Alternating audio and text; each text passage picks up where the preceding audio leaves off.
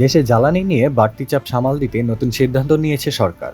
আগামী রোববার থেকে রেশনিং পদ্ধতিতে জ্বালানি তেল বিক্রি শুরু হবে বলে জানিয়েছেন জ্বালানি ও খনিজ সম্পদ প্রতিমন্ত্রী অনিন্দ্য ইসলাম অমিত। শুক্রবার রাজধানীর পরিবাগ এলাকার একটি পেট্রোল পাম্প পরিদর্শন শেষে তিনি জানান, জ্বালানির সরবরাহ স্বাভাবিক রাখতে পাম্পগুলোকে রেশনিং পদ্ধতি অনুসরণ করতে লিখিত নির্দেশনা দেওয়া হবে। তিনি বলেন, চলমান আন্তর্জাতিক পরিস্থিতি এবং যুদ্ধাবস্থার প্রভাবের কারণে জ্বালানি নিয়ে মানুষের মধ্যে কিছুটা উদ্বেগ তৈরি হয়েছে। তবে সরকার এটিকে অস্বাভাবিক পরিস্থিতি হিসেবে দেখছে না।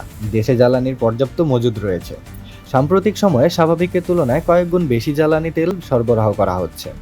এই অবস্থায় আতঙ্কিত হয়ে অতিরিক্ত জ্বালানি সংগ্রহ না করার জন্য জনগণের প্রতি আহ্বান জানিয়েছেন জ্বালানি ও খনিজ সম্পদ প্রতিমন্ত্রী।